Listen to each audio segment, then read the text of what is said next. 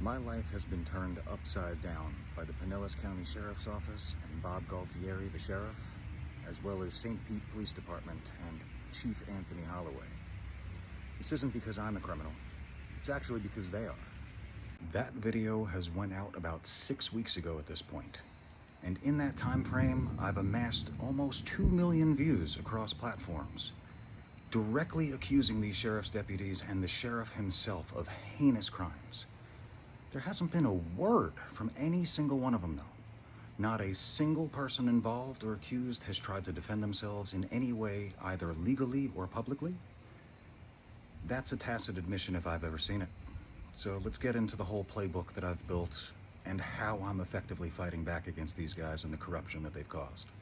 So, essentially what I've been doing against these guys is mounting a legal offense that uses all of the Florida constitutional rules against them to create a literal sledgehammer that busts right through their precious qualified immunity. And there is absolutely nothing they can do to stop it, unless they tried to neutralize me off the books, which I think they would have been coming by already for that one. So let's get into it. Let's start with the Florida Constitution stacking on top of the U.S. Constitution. So everybody knows the First Amendment. That's the right to free speech. But part of that is actually the ability to protest your government. They have to hear your complaints against their misconduct. That stacks right on top with Article 1, Section 5 of the Florida Constitution, solidifies it even more. You are given crystal clear rights to protest the government and get redress and help, or else it is a civil rights violation in and of itself. Then we can jump right into Article 1, Section 21, which says that the access to the courts will not be denied, stacking up even more potent protection against 14th Amendment violations, which is due process. You are afforded the right to be heard by the courts, and if they deny that, that's again a crime in and of itself. Stack these two together, and then what that gives Florida citizens the right to do is file verified criminal complaints as a sworn affidavit of truth. And if you file that onto the proper docket, something that's relevant about it, it notifies a judge, and then they have to do something about it. There's only two options. They either have to dismiss it as frivolous litigation and file charges for false reporting, or they have to open an investigation. That's a catch-22 from hell for these guys.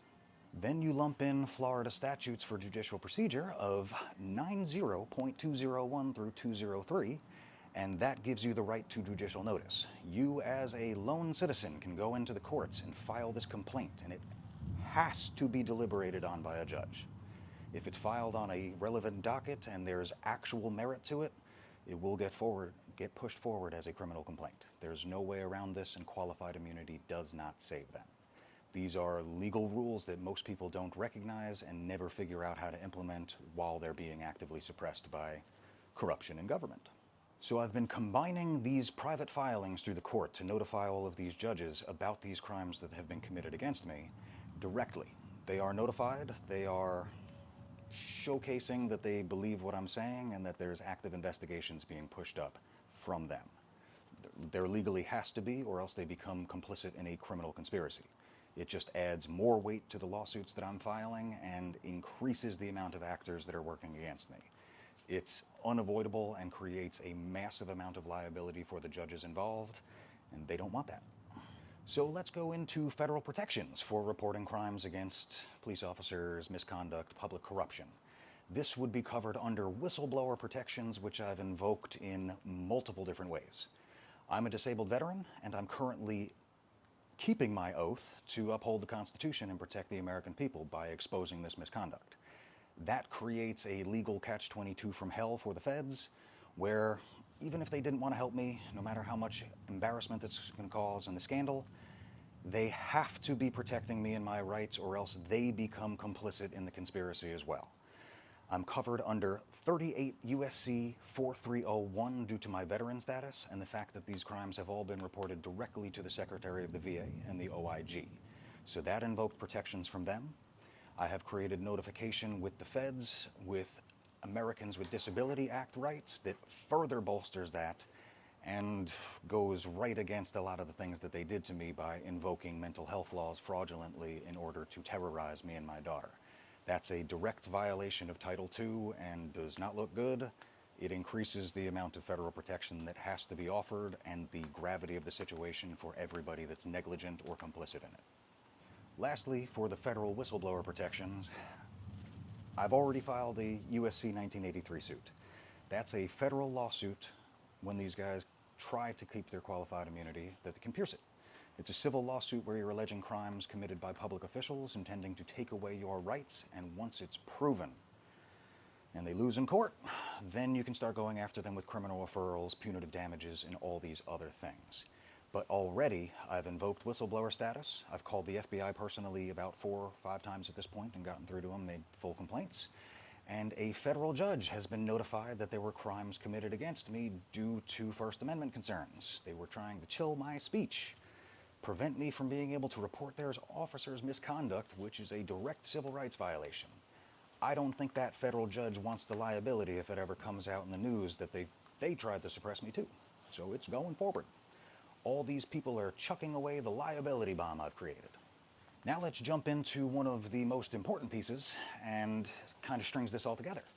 It's the public exposure. I've been able to get massive viral exposure due to this story and trying to protect myself from the police. This was to both inform the public to protect myself so that it created a record of all of these crimes having been committed against me, but it also serves as constructive service. They cannot deny that they have seen these things, and their own detectives have told me, literally, oh my God, you're gaining some traction. Everybody's watching your stuff. Oh, even you guys? Perfect. Thank you for the admission. Plus, on top of that, I've been personally sending these videos to the private lawyers for both SPPD and the Pinellas County Sheriff's Office. They can't say they didn't get them. They're completely refusing to engage with these claims and are just currently in the process of lawyering up and waiting for the marshals to serve them with this completed lawsuit. They can't possibly deny that they're seeing this, nor can they possibly deny that the public is not entirely aware, or the feds at this point. I'm entirely being watched by a fusion center and the FBI. That's proven at this point. I'm getting enough people watching my videos every other day that it fills an NFL-sized football stadium. 50,000 views every 2 days. This is unavoidable.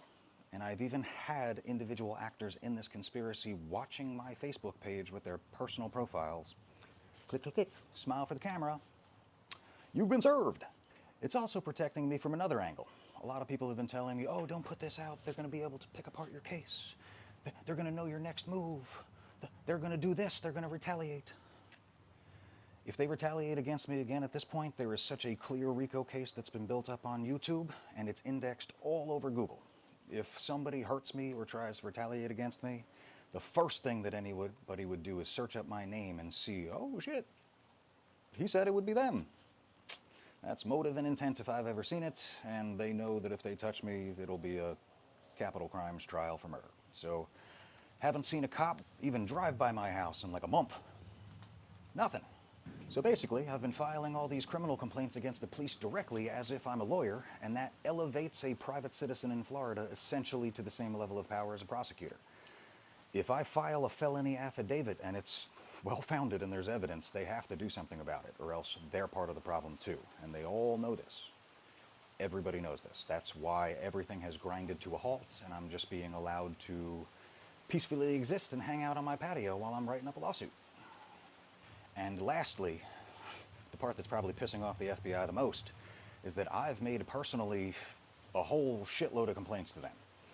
But I've been asking other people to, and people have been doing it on their own accord, leaving comments about it in YouTube videos, TikTok, everything. Every time that they receive a credible report of something like a kidnapping, a violent crime, these are not able to be dismissed. They are mandatory reporter events. So I've been triggering hundreds of mandatory reporter events across agencies, from the Department of Homeland Security, the Department of Justice, the OIGs for both the Department of Justice and the VA.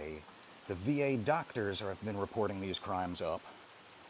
And anybody that calls in a kidnapping complaint for me and Lorelei is triggering another one. And it's just happening on repeat. That is entirely how I've been able to say these things for months at this point, generating millions of views without getting any more blowback. Once they attempted their second little plan to cover up the first fuck up, they realized that they were completely boxed in. And when I started to figure out their own judicial procedures to use against them, it started pitting actors against each other. Now the sheriff is looking at who he's going to burn to save his ass. How are the direct people involved going to roll on other people to save themselves from serious federal time? Because everybody's looking at felony-level kidnapping, armed burglary, and attempted murder. That is life in prison, guaranteed if they fight it and lose. Nobody wants that, not even me. I'd rather this be dealt with peacefully and just get my daughter back, maybe a bit of a settlement so that we can be protected against this shit in the future, and maybe find a way to salvage the government's reputation, because this doesn't look good. This doesn't look good at all. A local sheriff attacked a disabled veteran with his daughter present to try and cover up the crimes of his officers who were currently violating their oath. The only one upholding their oath in this entire situation has been me. And the feds are seeing that. That's why they're not letting anything happen to me. Thank you, guys.